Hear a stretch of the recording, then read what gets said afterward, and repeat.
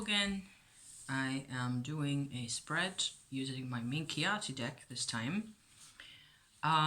Just now I uploaded the photographs, the old photographs family album, I should call that. And I thought I should do a spread for the family tree for myself. So I am an only child. I am only putting out cards here that represent the people that I have known more or less directly, or that I descend from directly. So it is one in the middle, then two for my parents, two each for their parents, and four each for their parents. Okay, so the first thing that strikes me when I was doing this was that my card of the day in the Halloween tarot this time is a Page of Pentacles. The card that comes out for myself in this genealogy spread, family tree spread, is a Page of Pentacles. Interesting. Isn't the tarot just excellent? So, the second thing that strikes me is that there are people here that I've personally known rather well, and the perspective really changes whether I look only at those cards or at the complete picture. That I do not, compute in my mind, because I have no memories for this, that, or the other person, but they were there. So maybe that's the hidden value of this spread here. For my parents, I get for my mother this air element. Is it air? No, it isn't. It's water, the water element. Because I'm confused, because what this really says to me, this boat here, it is a continuation of the Peter Pan element that I was referring to in my other vlog just now. So, traveling, adventurousness. The number of the card is 21. I am reminded very strongly of the 21st degree of Taurus, where I have my North Node and where my mother, to all likelihood, had her ascendant. Maybe that's important too. So that's, there's always possibilities to talk about these things. The water element is less about, the Ace of Cups and the emotion and all that, which of course she represents to me as my mother.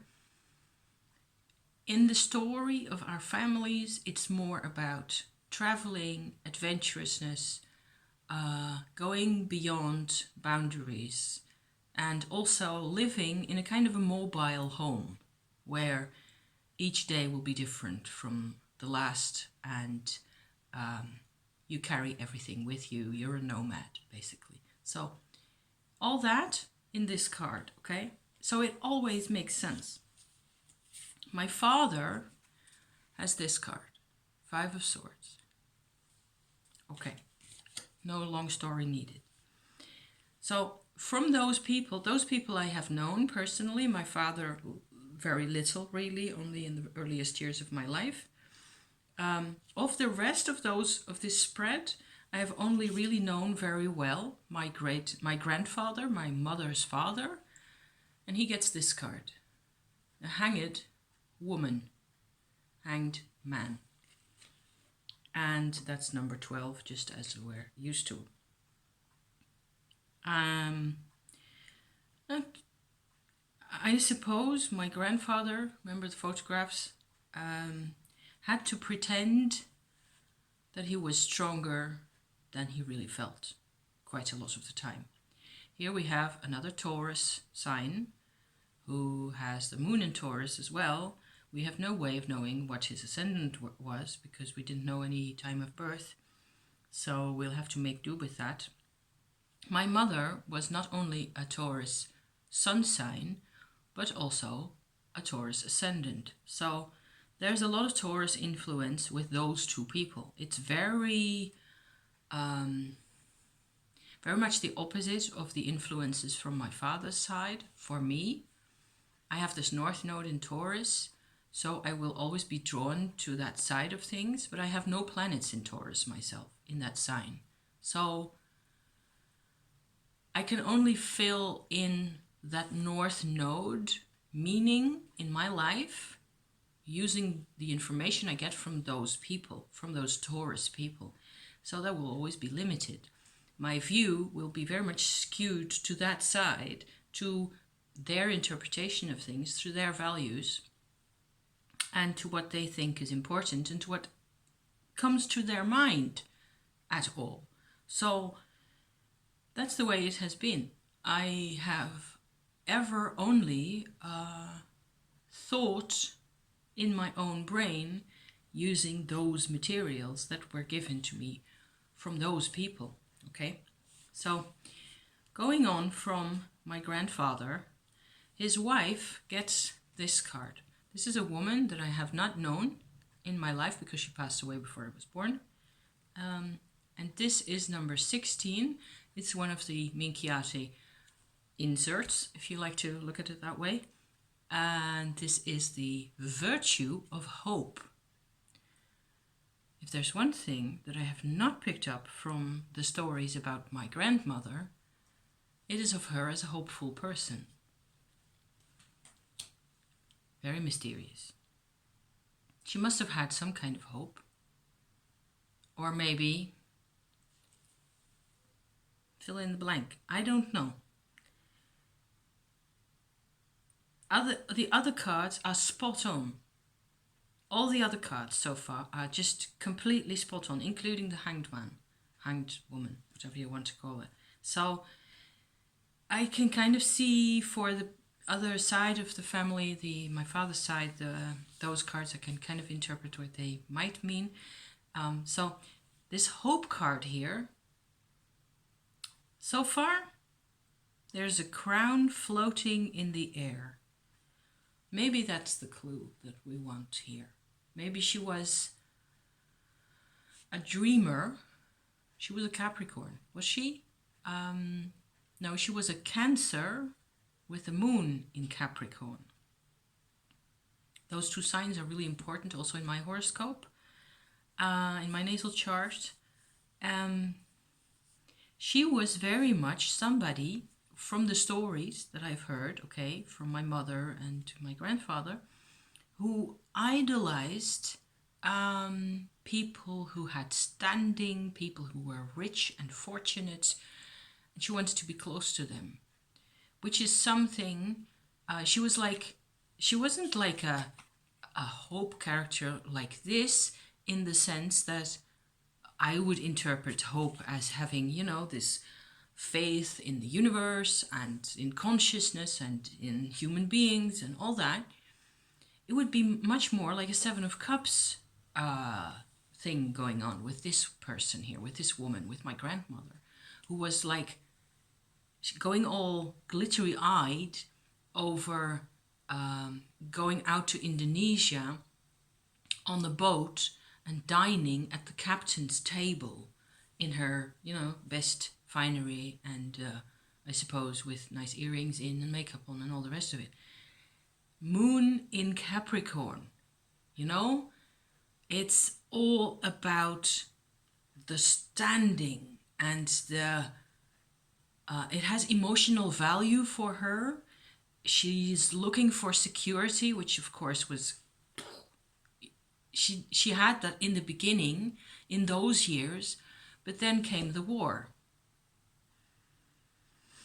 So then, yes, I can see how this card represents her. How, of all the cards, this is the one that comes out from her for her.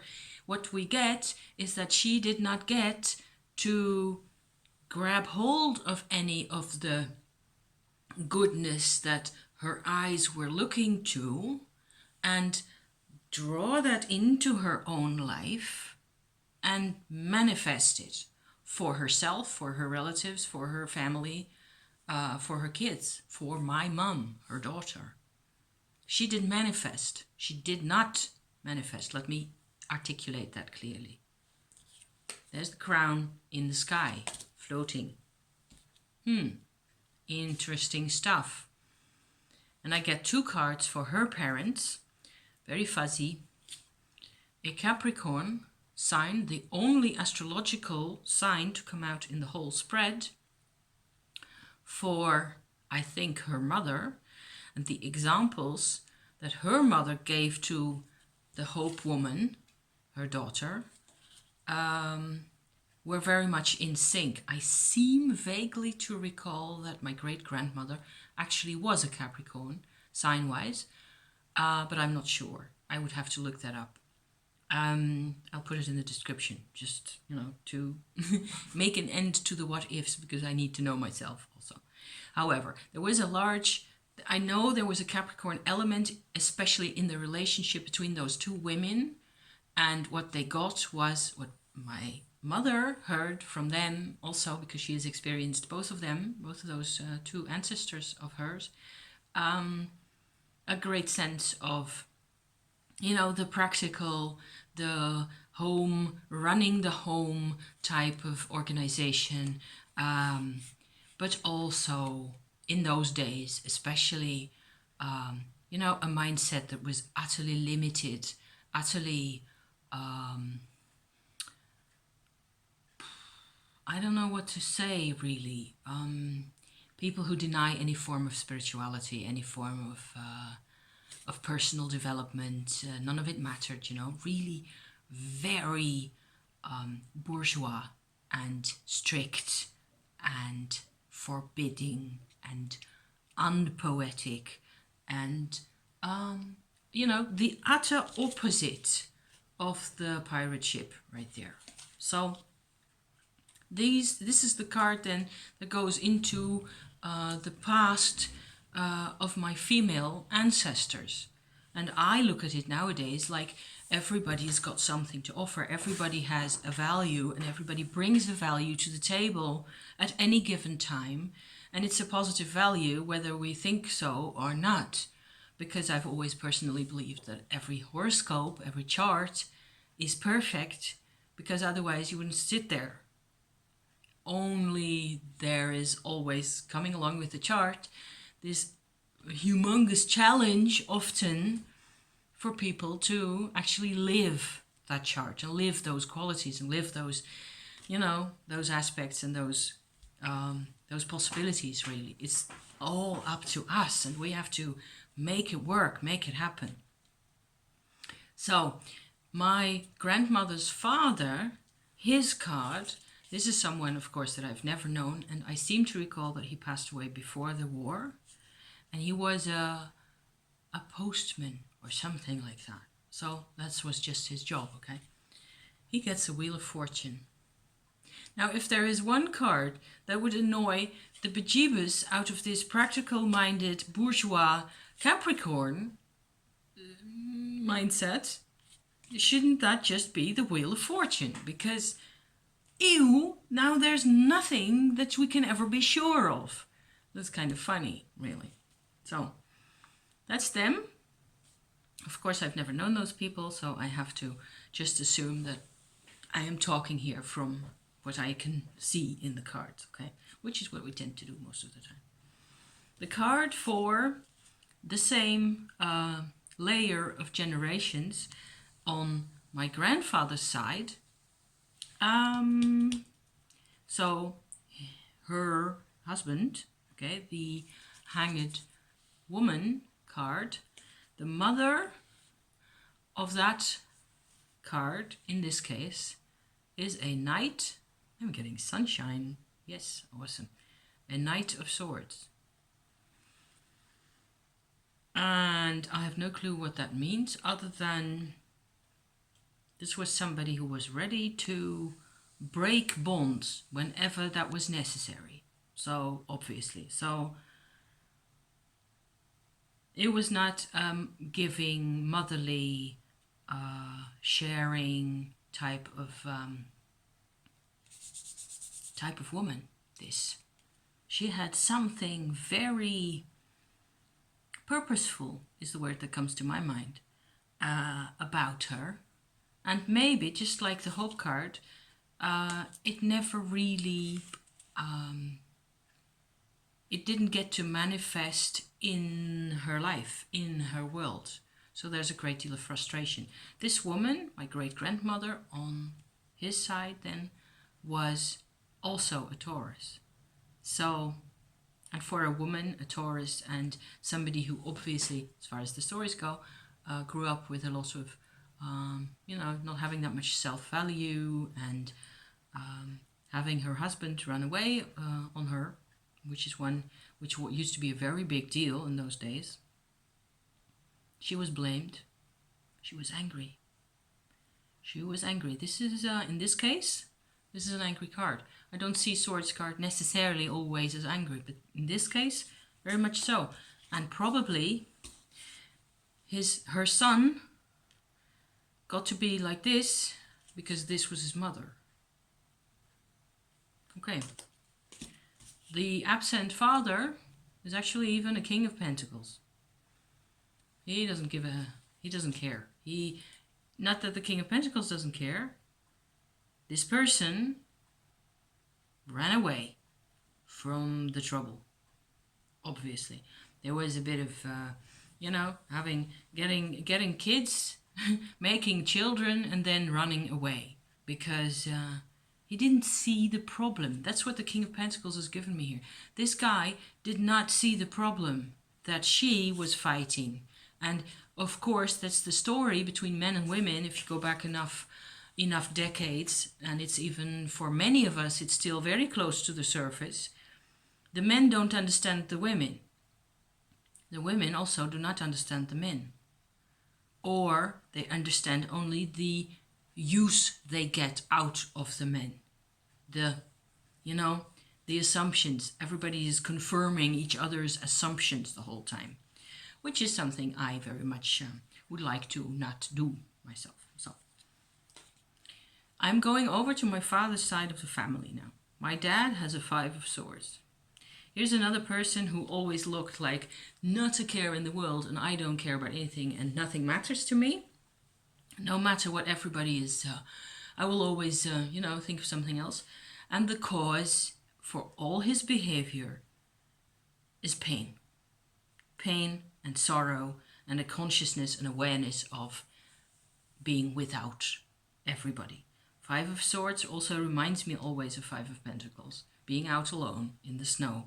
And maybe this is even a more fragmented card than the 5 of Pentacles.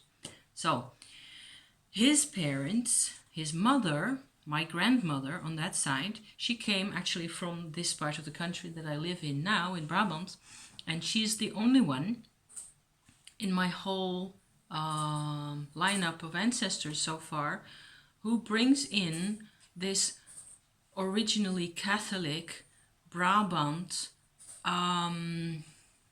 much more gregarious type of bloodline.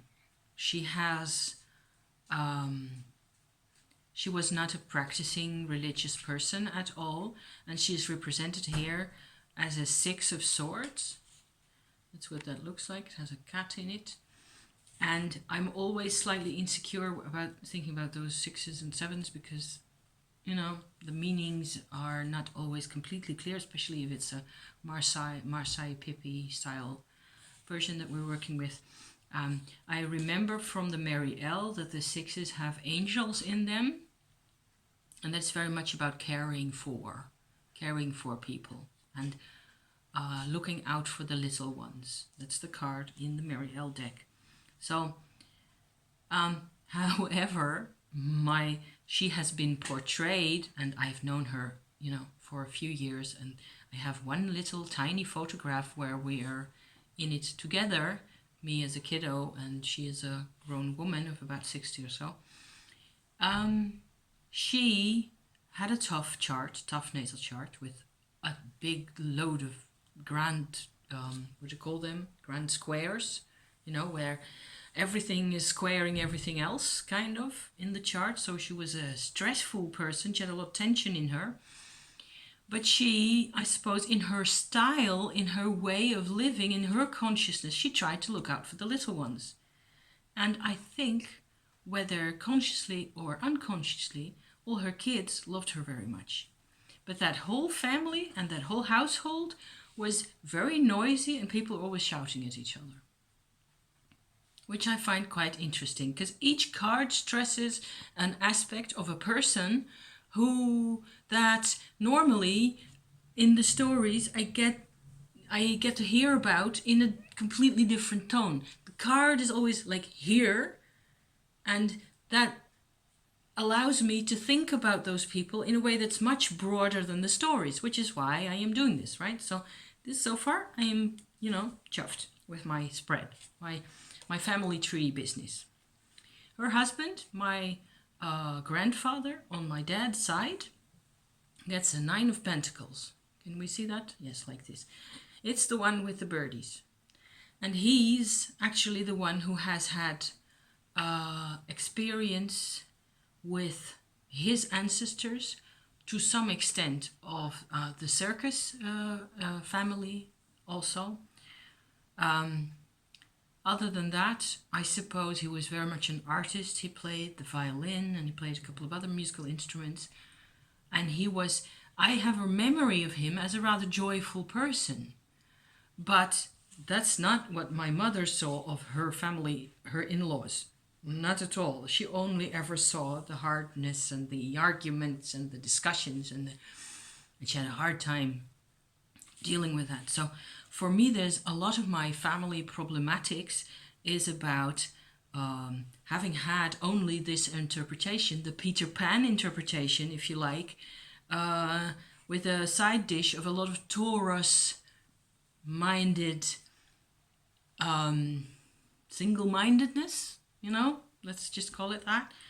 That doesn't vibe with me because I have no Taurus planets at all, so it doesn't make sense to me really. And I am only now looking at people from their charts. Basically, I've got charts for more or less everybody, with the exception of their ascendant positions, of course, which I don't normally get because I don't normally have their dates, their times of birth, only the date. There's quite enough material in there to be surprised about and to allow for my card interpretations also to jive with that. So it's really cool to work with. If I look at this 9 of Pentacles again, it'll be, I cannot look at it in any other way than as an interpretation of joy. My grandfather tried to move on with his life, and I think he was a gregarious person who, even though he was a difficult person, he also felt quite at home with his missus, who was looking after the little ones. And another interesting bit in this whole family story of mine, I was pointing out to you this number 21 on this card here. In a number of charts, the 21st degree of Taurus comes back again and again. And my grandmother on my father's side had her moon there, and my grandfather on my father's side, his mother, who gets this card, had her moon conjunct Jupiter and Pluto on 21 degrees Taurus, or very close to it. This woman, we don't know anything about, other than that she died in Auschwitz, in the gas chambers, with quite a lot of her direct, close family. My grandfather, I have never been able to talk to him again. He carried this around with him. So, strangely enough, other than these events, which are of course quite difficult to face and to look at, we get a lot of swords in that generation on the mother's side. Women who are somehow dealing with breaking open consciousness for their generation. And I just think it's a huge pity and a misery that that we didn't get to see any more, you know, happier results, really. It's just, yeah, no, what's the point, really, of all these wars and things? I am not going to make sense of that using these ever. This is her husband. He died before the war, shortly before the war, and I think he was ill, and I have actually visited his grave a year ago and a bit, 18 months ago or so, in autumn, and I'm still digesting that, because it's cool to have somebody that you can see was really there, because here's the stone proving it, and it has his name on it and everything. On this card is a Three of Swords. We have the female wolf. Let me put that in a bit closer, with the little babies Romulus and Remus, the founders of the city of Rome, for some reason. The people who designed these cards did that because they thought it was funny or entertaining, or I see that very much myself as an interpretation towards, you know, having fun during a card game. This does not have an esoteric meaning necessarily, except if I want it to. It makes for an interesting Three of Swords. It makes for an interpretation of the Three of Swords as this is the beginning of becoming a king. Suffering leads to sovereignty, and only suffering. In a nutshell. Two more and then we're done, yes? Ha! Wouldn't that be something? The mother, the Brabant-style Catholic peasant life, pleasant, you know, straightforward, simple, I don't know, the type of people that are watching EastEnders. That's what I'm thinking about. Enjoying life, really. What she gets is a Three of Cups. That is the mother of my grandmother on my father's side. That's a nice card. And it's quite symmetrical to the Three of Swords on the other side. So, yeah. And the husband that goes with that woman gets the son. Yeah, excellent. So we have in all, actually 1, 2, 3 majors. And only one ace and a virtue and a astrological sign and a element. You know? So that's nicely spread around the deck. Or it looks, I was shuffling for quite a bit before I started doing this. So because I wanted to make sure that everything wasn't still in order, because I'd been having them in order to show you the deck.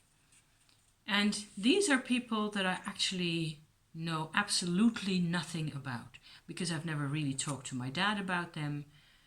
And mystery file, empty file, you know, clues none, evidence none, motives none. None of it is known. I'm quoting Zootopia. I'm always quoting animation movies. This looks very happy. I have a lion. I mean, he looks a bit funny, you know, on the Three of Cups. A lion and a sun card, and what more can you want? So, a lot of these people were put in the combination, in the alchemy of the family, and in the alchemy that happens for more than 100 years. The pressure was high, and if that wasn't enough, you get wars thrown in, you get completely strange surroundings thrown in, you get all sorts of weird. And here's the end result. Me, moi, maintenant. And I am a little page of pentacles, which I love. I love pentacles. I am so fond of pentacles, you guys. So wrapping up, because I can talk like this almost forever, and I need to have my tea here. Lipton's. And it's almost cold, so gotta gloop that down. Thank you for watching once more, you guys. More energy work to come, but not today, I think. I think I will do a bit more knitting. So, see you soon. Bye bye. Thank you, thank you, thank you, thank you.